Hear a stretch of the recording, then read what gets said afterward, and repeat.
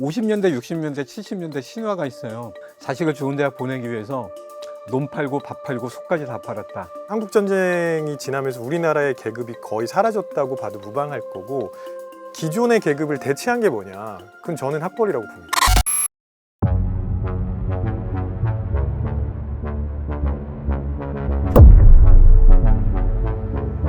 영어, 수학, 중국어, 논술 뭐 등등 하면은 한 7, 8가지는 하는 것 같아요. 평균이 70이고 조금 더 뭐 욕심을 내자면 더 올라가더라고요.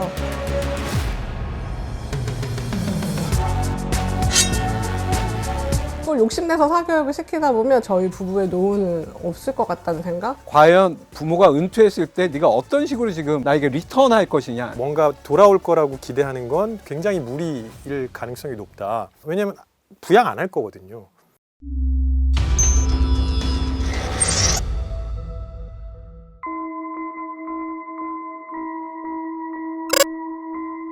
올해 중2 초등학교 6학년 올라가는 아이들 중 40대 직장인 아빠입니다. 아이들 교육 때문에 학군 좋은 동네에서 전세로 살고 있습니다. 이 동네가 교육열이 장난이 아니라서 애들 주변 친구들 보면 학원을 엄청 다니더라고요. 그래서 와이프도 여기저기 알아보고 좋은 데 찾아서 보내느라 애들 학원비를 아끼지 않습니다. 저희 부부가 맞벌이라서 수입 합치면 650만 원 정도 됩니다. 근데 애들한테 들어가는 학원비 과외비만 월 150만 원이에요. 전체 수입에서 4분의 1이 사교육비.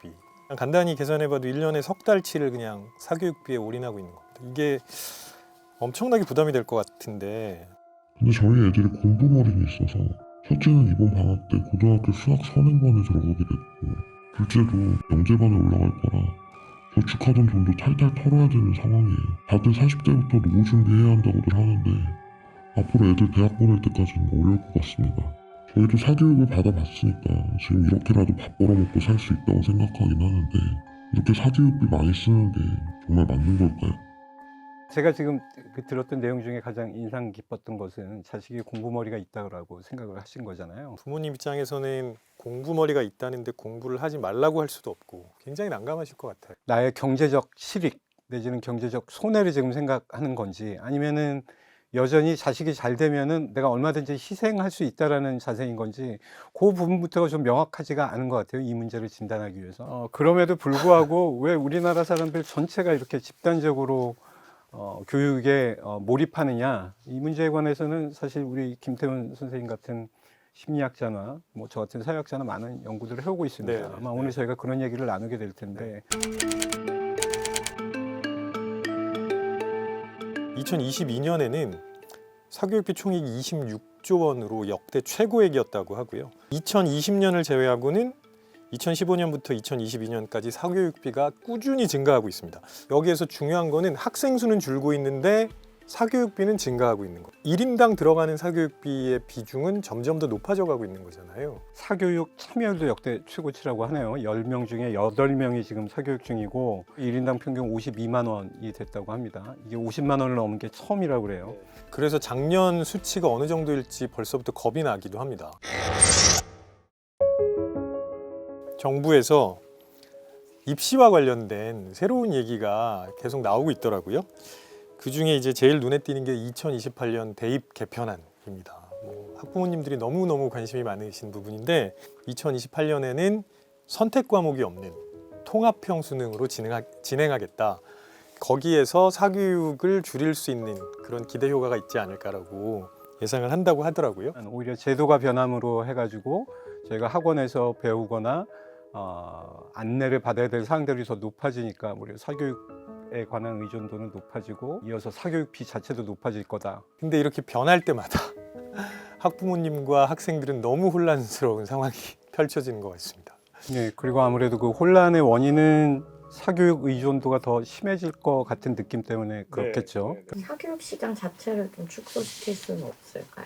지금 중국 같은 문제가 발생을 하는 거예요. 그러니까 작년 2023년에 저희가 많은 뉴스가 있었지만 아마 초중반까지는 중국 경제가 갑자기 저렇게 힘을 잃고 많은 문제들을 보이느냐. 대표적인 것으로는 지금 청년 실업이 좀 굉장히 커다란 문제거든요. 그럼 청년들이 대학 나와서 중국에서 어느 기업에 가려고 했었느냐. IT 기업, 그 다음에 뭐 새로 뭐 이커머스나 이런 데로 가고 싶어 했지만 그만큼 중요했던 일자리가 이런 사교육 시장이었어요. 근데 이걸 어느 날 하루아침에 금지를 시켜버렸습니다.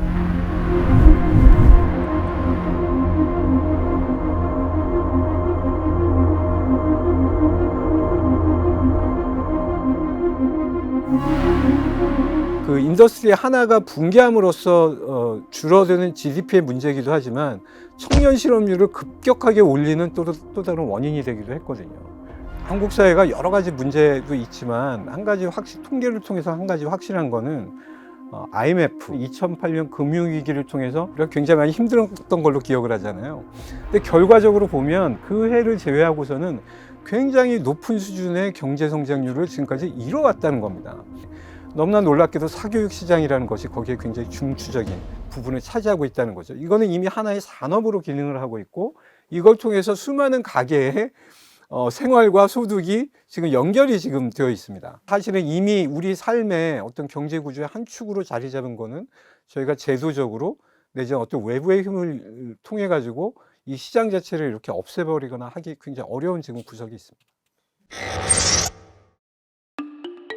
우리나라에서는 아이들이 공부하는 게 아니라 집안 전체가 같이 공부하는 것 같아요.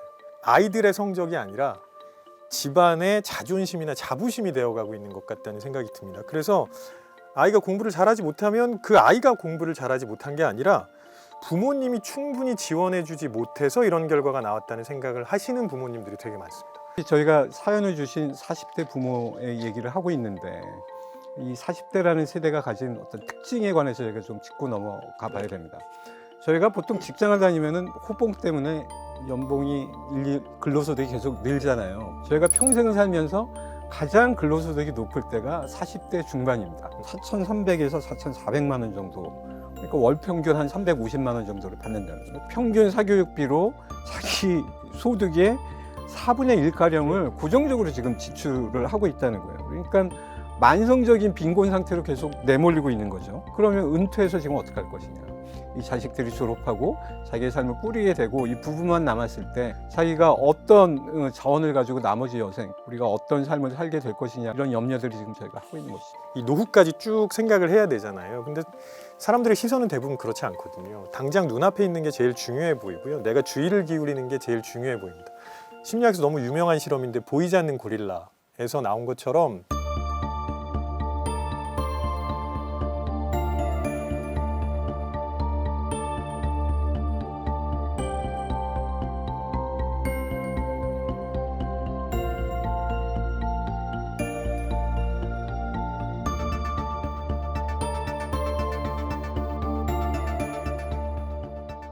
무주의맹시라고 하는데요. 사람들이 착각하는 것 중에 하나가 내가 중요하니까 여기에 주의를 기울인다라고 생각하지만 대부분 내가 보고 있으니까 주의를 기울이니까 이게 중요한 거야 이렇게 착각하거든요. 우리는 무언가 하나에 집중하기 시작하면 다른 것들을 잘 보지 못하고 그 중요성은 떨어질 수밖에 없습니다. 다들 사교육을 시키고 있고 다른 아이들도 다 학원을 다니고 있는데 그게 눈에 들어올 때 나만 아니야. 나는 그래도 미래를 위해서 내 노후를 위해서 투자할 거야. 이렇게 생각할 수 있는 부모님이 과연 몇 분이나 되실까? 저는 상당히 의심스럽긴 합니다.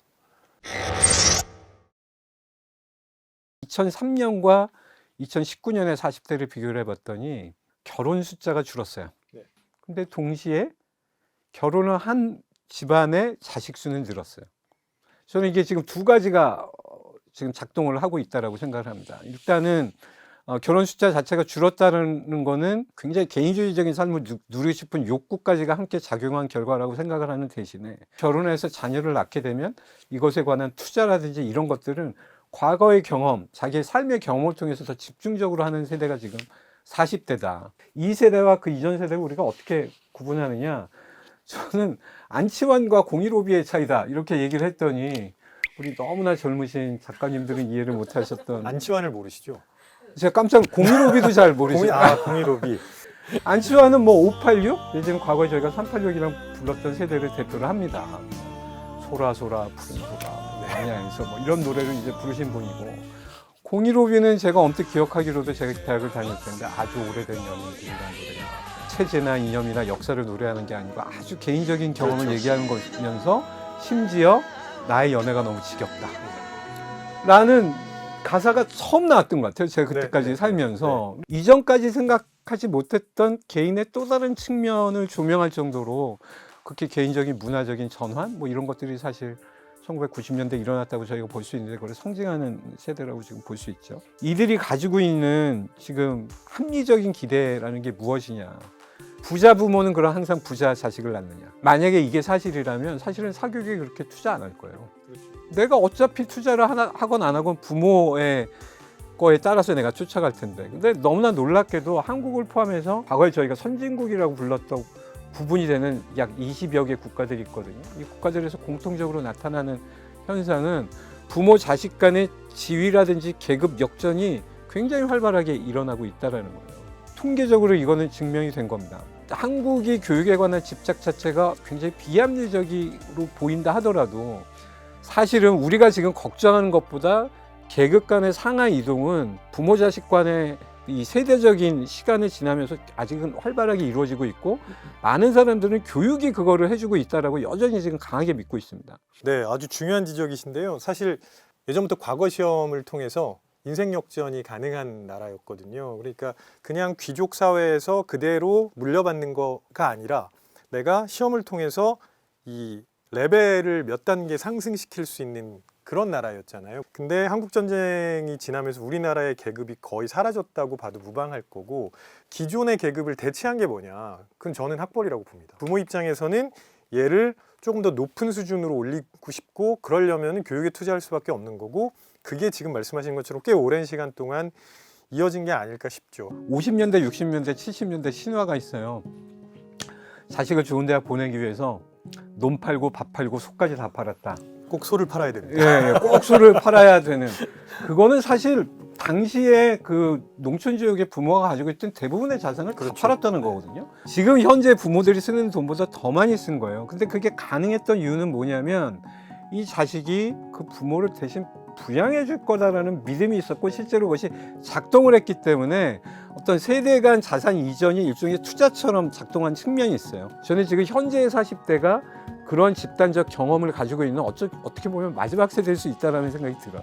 굉장히 대책 없이 아이들한테 모든 걸 몰입하는 이것 이면에는 자기 미래에 대한 합리적이지만 상대적으로 불확실성이 나름대로 좀 같이 공존하는 그런 합리적 기대도 사실 있다라고 저희가 지금 생각을 해봐야 된다고 생각합니다. 그래서 그게 부모와 자식 간의 대화에서도 나타나죠. 예전 세대는 부모님이 자식들한테 우리는 너만 믿는다라고 하셨었고요. 지금 40대는 그런 얘기는 못합니다. 그러니까 저만 해도 제처랑 하는 얘기가 애들을 대학까지 공부시키면 서로 떠나보내는 걸로 생각해야 된다. 왜냐하면 부양 안 할 거거든요.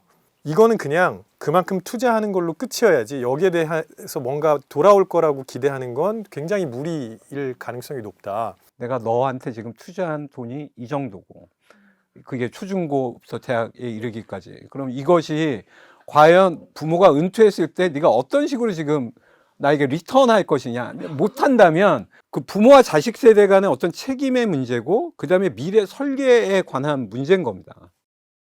이런 말씀 되게 많이 합니다. 영어 유치원부터 시작해야 된다. 학원가에서 보통 돼지 엄마라고 부른다고 해요. 공포 마케팅이라는 게 결국은 그런 거거든요. 당신이 이걸 놓쳤어라고. 이런 교육에 관한 어떤 그 몰입과 집착 내지는 어떤 투자가 왜 한국에서 이렇게 유독 나타나는가.